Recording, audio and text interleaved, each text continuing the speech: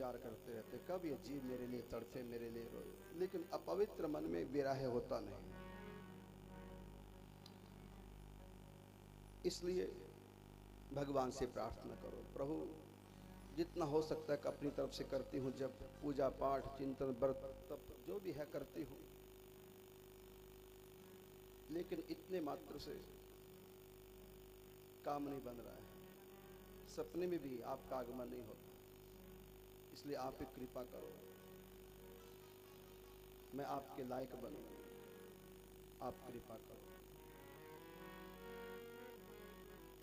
कृपा तुम्हारी बिन कोई भी बढ़ सकता नहीं तुम्हारी ओर। कृपा तुम्हारी बिन कोई भी बढ़ सकता नहीं तुम्हारी ओर। कृपा तुम्हारी बिन कोई भी बढ़ सकता नहीं तुम्हारी ओर। इसीलिए तो नित्य प्रति करता तुमसे विनती हे चित्त चोर। इसीलिए तो नित्य प्रति करता तुमसे विनती हे चित्त चोर।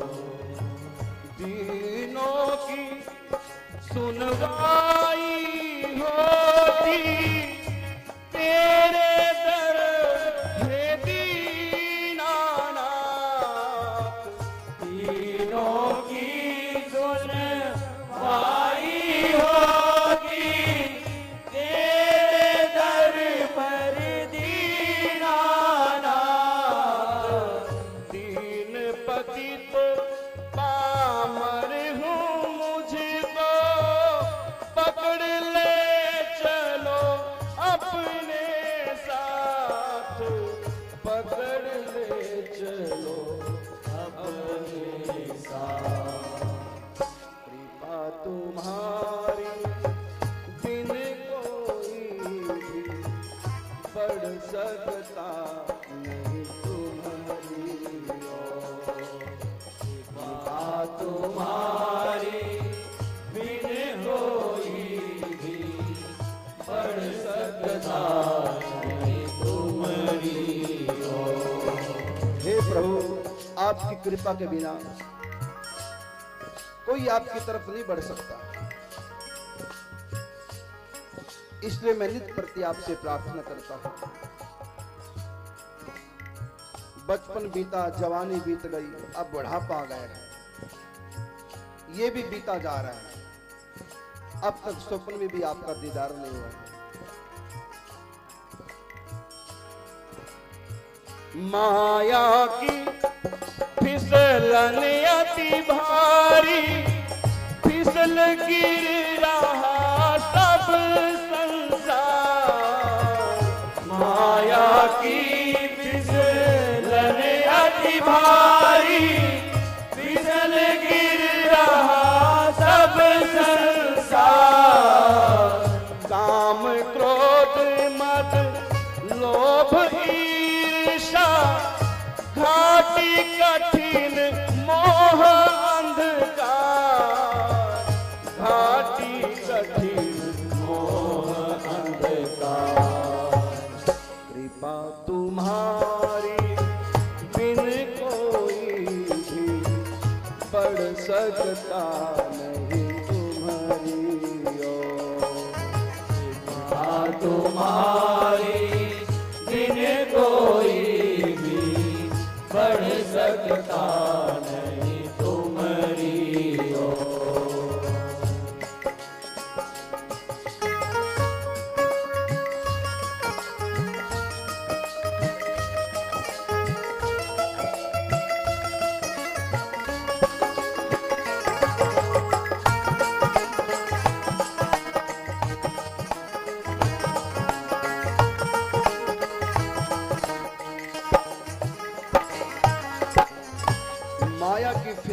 अति भारी, फिसल गिर रहा सब संसार।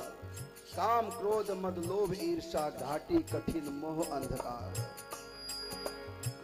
फिर कैसे चढ़ पाऊंगा मैं दुर्गम घाटी है चित जो। फिर कैसे चढ़ पाऊंगा मैं दुर्गम घाटी है चित जो। करुण दास ले आस पुकारे, कर दो नाथ कृपा की को। करुण दास ले आस पुकारे, कर दो नाथ कृपा की को। कर दो नाथ कृपा की को। कृपा तुम्हारी बिन कोई भी बढ़ सकता नहीं तुम्हारी ओर। कृपा तुम्हारी बिन कोई भी बढ़ सकता नहीं तुम्हारी ओर। इसीलिए तो नित्य प्रति करता तुमसे विनती हे चित चोर।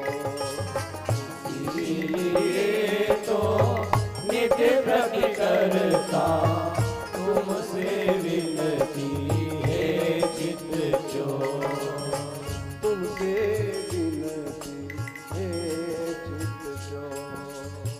तुमसे विनती हे चित चोर।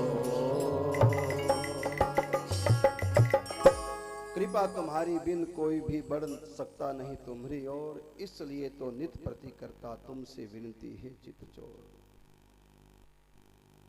इसलिए प्रभु मेरे नाथ आप कृपा करो। अब मैं कहाँ जाऊं, किसके पास जाऊं। ना शिक्षा गुरु रहा, ना दीक्षा गुरु रहा, दोनों चोला छोड़ गए। भगवान से प्रार्थना की, विरह, नाम जप और प्रार्थना। फिर संयोग बना। गुरु के ऊपर निष्ठा श्रद्धा जब तक नहीं होगी तब तक अध्यात्म में आगे जीव कदम नहीं बढ़ा सकता। जो यही भांति बने संयोगु, राम कृपा नासाही भव रोगो। रामायण ऐसा संयोग बने। कैसा कि कर्णधार सदगुरु दृढ़ नावा। कर्णधार नैया का, हमारी जीवन नैया का गुरु बने और उनकी जो वाणी है उसके प्रति हमारी श्रद्धा है। मैं बताना चाहूंगा आपको गुरु किसको कहते हैं। अक्सर मैंने देखा लोग शरीर को गुरु मानते हैं। ये अध्यात्म में मिट्टी के पुतलों का कोई वैल्यू नहीं होती। चाहे तुम्हारा शरीर है, चाहे गुरु का शरीर है, सब मिट्टी के बने हैं, मिट्टी के खिलौने एक दिन मिट्टी में मिल जाने। ये मिट्टी का शरीर किसी का गुरु नहीं हुआ करता।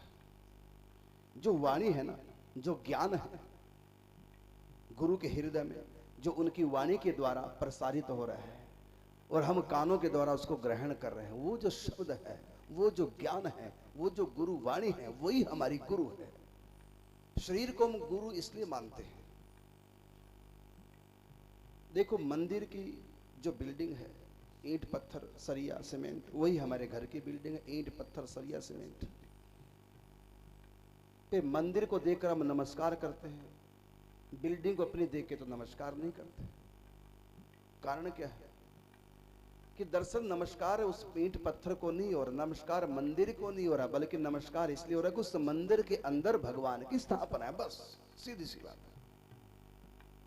मंदिर के अंदर भगवान की स्थापना, प्राण प्रतिष्ठा हुई है, इसलिए मंदिर को भी नमस्कार करते हैं। दूर से मंदिर की ध्वजा देख करके, गुंबद दूर से देख लिया, प्रणाम करने लगे, सर झुकाने लगे, क्योंकि उसके अंदर भगवान की स्थापना कर रखी, इसलिए मंदिर की पूजा। तो ये शरीर तो एक मंदिर है। जैसा तुम्हारा शरीर ऐसे संत का शरीर है, कोई अंतर नहीं। वो भी मिट्टी का ढांचा है, ये भी मिट्टी का ढांचा है। वो भी चीता में जलकर भस्म हो जाना है, गुरु का शरीर भी चीता में जलकर भस्म हो जाना। तो गुरु हमारा शरीर नहीं है। उस शरीर के माध्यम से, उस शरीर को माध्यम करके जो परम गुरु परमात्मा हमको ज्ञान दे रहे हैं, वो हमारा गुरु है। और वो ज्ञान जिस शरीर से प्राप्त होता है, इसलिए हम उस शरीर को गुरु की उपाधि दे देते हैं कि इस शरीर के माध्यम से परमात्मा ने हमको दिव्य ज्ञान दिया है, जिस पर चलकर हम उनकी तरफ बढ़ रहे हैं, इसलिए गुरु की पूजा है। वास्तव में गुरु शरीर नहीं होता, गुरु ज्ञान होता है। अब गोस्वामी तुलसीदास जी गुरु की तलाश कर रहे हैं, ऐसा कोई मिले जो हमको भगवान का रास्ता बताए। गोस्वामी तुलसीदास जी को क्या नहीं पता, समझने वाली बात है। गोस्वामी तुलसीदास जी को क्या नहीं पता, शेषनाथन जी से पश्चिम गंगा घाट पर कई वर्ष लगातार सब वेद शास्त्रों का ज्ञान प्राप्त कर लिया था। प्रकांड विद्वान है गोस्वामी तुलसीदास जी। कौन सी ऐसी तत्व की ज्ञान की बात है जो गोस्वामी तुलसीदास जी को विदित नहीं है? सब कुछ वो जानते हैं, उसके बाद भी गुरु के लिए तरस रहे। जेड़ा मन दिया वागा मोड़े, ऐसा कोई संत मिले। इसलिए गोस्वामी तुलसीदास जी कहते हैं, गुरु बिन भव निधि तरहि ना कोई, जो वीरंच शंकर समूह। अगर किसी का गुरु शरीर छोड़ जाए, उसके बाद वो निगुरा नहीं ना रहे, किसी ना किसी को फिर गुरु बनाए। कैसे? दीक्षा लेके नहीं, दीक्षा कोई जरूरी नहीं होती। दीक्षा तो होगी, कोई बात नहीं, अपने जीवन की नैया किसी और संत को सौंप के रखे। देहधारी गुरु होना बहुत जरूरी है। जो भी कोई साधना पूजा पाठ बंदगी करते हो तो उन गुरु से आज्ञा लो। अगर वो गुरु चोला छोड़ गए, फिर किसी और संत को अपने जीवन नैया को अर्पण करो कि आज के बाद मैंने आपको गुरु मान लिया, अब जो आप कहेंगे सो मैं जीवन में अपनी उपासना करूंगा। इस प्रकार हमने 11 गुरु बनाए। हम अपनी बात कह रहे हैं, 11 गुरु बनाए हमने, जहां से हमने कुछ पाया है, 11 जगह से पाया। गुरु जीवन में बहुत जरूरी है। जो भी कुछ आज तक हमारे पास आया है वो ऐसे नहीं आ गया, ग्रंथों से नहीं आया, आया है संतों से, गुरुओं से। ग्रंथ का मतलब होता है गांठ। ग्रंथ कहते हैं गांठ को, ग्रंथी गांठ। वो तो बंधा हुआ ग्रंथ है, उसके अंदर तो छुपा हुआ है कुछ, बंद है वो तो पिटारी में। गांठ है, नाम ही ग्रंथ है। ग्रंथ का मतलब गांठ होता है। गांठ के अंदर कुछ होता है, उसको खोलकर तब निकलता है। तो उस गांठ को खोलेगा कौन? ग्रंथ के शब्दों का अर्थ समझाएगा कौन? उसका भाव अर्थ बताएगा कौन? ग्रंथ तो नहीं बताएगा कि ये मेरे श्लोक का अर्थ है, ये इसका भाव है, वो तो संत ही बताएंगे। तो ग्रंथ तो गांठ है, उसमें सब कुछ है गांठ के अंदर, लेकिन गांठ खोलेगा कौन? संत खोलेंगे। इसलिए गुरु आवश्यक है। आज भी कोई बात अगर हमको समझ में ना आए, हम भी गुरुओं के पास जाते हैं, संतों के पास जाते हैं। कभी व्यक्ति निगुरा ना रहे, संत से ही छोड़ के, गुरु से ही छोड़ के, तो किसी दूसरे गुरु की शरण में जाए। जब भी कोई साधना करनी है, कोई उपासना करनी है, तो जिसको मनी मन शिक्षा गुरु बनाया है, उसके चरण में जाकर के उनसे एक बार स्टाम्प लगवा लो, मोहर लगवा लो कि हाँ बेटा ठीक है कर। और जब गुरु आज्ञा में रह के साधना करोगे तो फलित होगी। कलयुग उस साधना में बाधा नहीं पहुंचाता। जो व्यक्ति निगुरा है, गुरु का होकर भी गुरु की आज्ञा का पालन नहीं कर पा रहा है, उसकी साधना कैसी है? भस्म में आहुति देने के समान है। जैसे पतिव्रता के लिए पति की बड़ी महिमा है। साधारण स्त्री क्या जाने पति की क्या महिमा है, वो तो पतिव्रता से पूछो। इसी प्रकार साधारण व्यक्ति क्या जाने, देखम देखी साधे योग सब कर रहे हैं, देखम देखी गुरु बना रहे हैं, लेकिन गुरु तत्व है क्या, गुरु है क्या, ये कौन जानता है? कोई लाखों में बिरला एक जानता कि गुरु है क्या, और गुरु से लाभ कैसे उठाएं। जिसको गाड़ी चलाने नहीं आती उसको कह दो लो गाड़ी चलाओ, लो गाड़ी पकड़ो, हमने आपको इनाम दे दिया। अब क्या करेगा गाड़ी से? जो गाड़ी मंजिल पे पहुंचाएगी वही गाड़ी अगर अनजान व्यक्ति चलाएगा तो मंजिल पे नहीं बल्कि हॉस्पिटल पहुंचा देगी वही गाड़ी। हो सकता है शायद शमशान तक ही ले जाए, एक्सीडेंट हो जाएगा। इसलिए गुरु का होना प्रत्यक्ष में, मैं फिर कहना चाहूंगा, गुरु जी किसी के शरीर छोड़ गए उसके बाद भी कोई ना कोई गुरु बना के रखो। दीक्षा लेने की आवश्यकता नहीं है। शिक्षा लो। अब देखिए भगवान क्या विधान करते हैं, गुरु की खोज कर रहे हैं। राधे बाबा की कथा कई बार आप लोगों को सुना चुके हैं।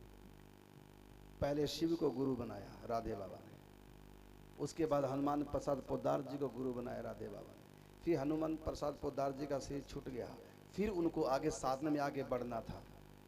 यहाँ तक कि भगवान श्री कृष्ण ने राधे बाबा को साक्षात दर्शन दे दिए, और दर्शन हुए भी 6-7 साल बीत चुके हैं, और एक बार नहीं सैकड़ों बार राधे बाबा को दर्शन हो चुके थे भगवान श्री कृष्ण के।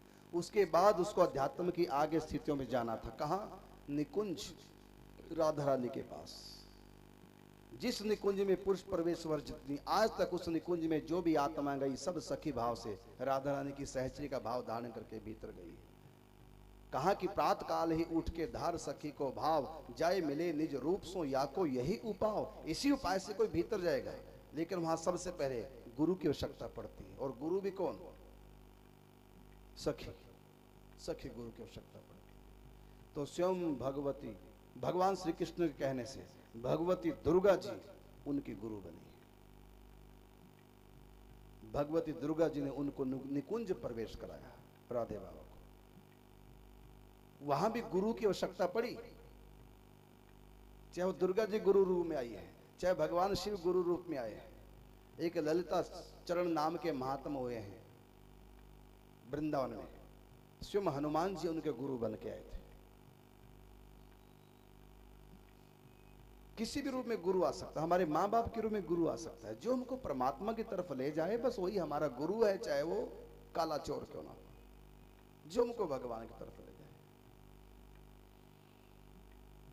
गोस्वामी तुलसीदास जी श्री राम जय जय राम नाम जप करते हैं, भगवान से रो रो के प्रार्थना करते हैं, प्रभु वो दिन कब आएगा जब पकड़ेंगे बाह, कर कृपा बिठलाएंगे मोहे चरण कमल की छां। अभी अनमने से रहते हैं, लोगों से बोलना चालना बंद कर दिया, सत्संग कथा प्रवचन करते थे सब छोड़ दिया। 53 साल की आज इनकी आयु हो गई है, बचपन से 27 साल की आयु में घर छोड़ दिया था। ऐसी स्थिति में अब गुरु चाहिए जो हमको रास्ता बताए। सुबह सुबह हर रोज सोच जाने जब जाते, गंगा पार करके नौका से गंगा पार कर लेते थे, वहां सोच जाते, हाथ में डिब्बा ले जाते जल का, सोच से निवृत्त होकर के जो जल बचता उसको एक झाड़ी पे डाल देते थे।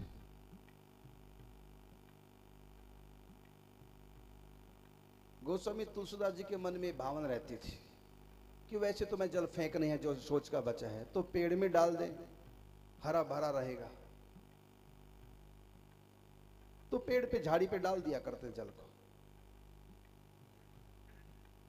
उसी पेड़ पर एक प्रेत रहता था, ब्रह्म राक्षस। प्रेतों में बहुत प्रकार की जातियां होती, प्रेत एक तरह के नहीं होते हैं, बहुत तरह की इनकी जातियां हैं प्रेतों की। जैसे प्रेत है, कोई पिशाच है, कोई भूत है, कोई ब्रह्म राक्षस है, कोई जिंद है सब इसी कैटेगरी के।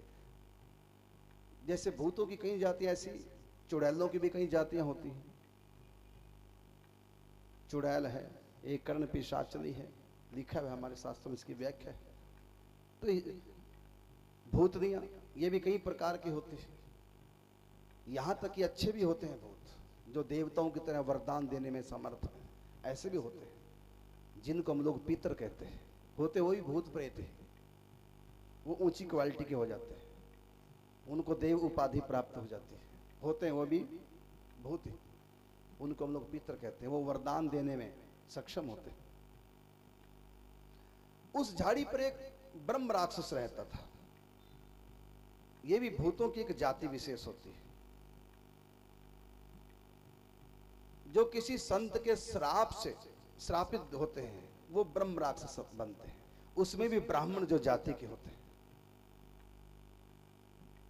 गोस्वामी तुलसीदास जी 14 साल पहले, 14 नहीं 24 साल पहले की घटना है। 24 साल पहले जब अयोध्या से गए थे जगन्नाथपुरी, तीर्थ यात्रा प्रारंभ जब की थी,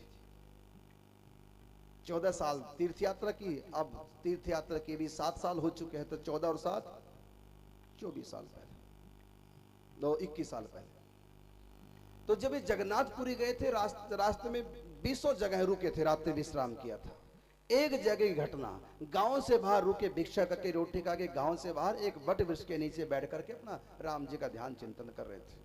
वो गांव के बालक आए, बच्चे थे। अब गोस्वामी तुलसीदास जी के पास ऊपर धूल फेंकने लगे, तिनके फेंकने लगे, कहीं तो थूकने लगे। गोस्वामी तुलसीदास जी की जब आंख खुली चिंतन के बाद, तो थोड़ा सा गुस्से से देखा कि बच्चे अपराध ना करें, तो सब बच्चे भाग गए। एक हरि राम का व्यक्ति वो भागा नहीं, वो तब भी चिढ़ाता रहा। गोस्वामी जी के मना करने के बाद भी उसने गोस्वामी जी के ऊपर थूक दिया। अभी संत गोस्वामी तुलसीदास जी कोई भी सिद्ध संत तो हुए नहीं थे कि क्रोध बिल्कुल आए। क्रोध आ गया, क्रोध आया तो श्राप दे दिया, जाओ तुम ब्रह्म राक्षस हो जाओ, तुम ब्राह्मण होने लायक नहीं। उसी दोभोली गांव का वो व्यक्ति हरिराम ब्रह्म राक्षस बन गया। लेकिन ब्रह्म राक्षस कहां का बना? काशी का। गंगा के उस पार एक झाड़ी पे उसका निवास हो गया। भगवान शिव ने उस प्रेत से कहा, क्योंकि भगवान शिव इष्ट हैं भूत प्रेतों के, भूत प्रेत सब भगवान शिव के गण हैं। तो भगवान के चरणों में प्रार्थना की, तो भूत से भगवान ने कहा, जिसने तुमको श्राप दिया वो तुलसीदास गोस्वामी अगर चाहे तो तुम्हारा उद्धार हो सकता है। एक दिन समय आएगा वो तुम्हारे पास पहुंचेंगे। अब गोस्वामी तुलसीदास जी शोध से निवृत्त होकर जो जल बसता उस झाड़ी पे डाल देते। ऐसी कुछ दिन लगातार हुए तो प्रेत संतुष्ट हो गया। वो जो ब्रह्म राक्षस था वो प्रसन्न हुआ। एक दिन गोस्वामी तुलसीदास जी के सामने प्रकट हो गया कि मैं बहुत संतुष्ट हूं, आप जो अपवित्र जल झाड़ी पे डालते थे उस अपवित्र जल को पी करके मैं पुष्ट हुआ हूं। यद्यपि गोस्वामी तुलसीदास जी ने अनजाने में ही उपासना की थी भूत की, लेकिन हो गई अनजाने में। भूत प्रसन्न हो गया। भूत ने कहा वरदान मांगो। गोस्वामी तुलसीदास जी ने कहा कि आप वरदान मांगने के लिए कहते पहले अपना परिचय दो। तब उसने बताया कि मैं दुबोली गांव का रहने वाला हरि राम नाम के एक व्यक्ति, मैंने किसी बाल संत का तिरस्कार किया था, उस संत की मेरे ऊपर कोप दृष्टि पड़ी, उससे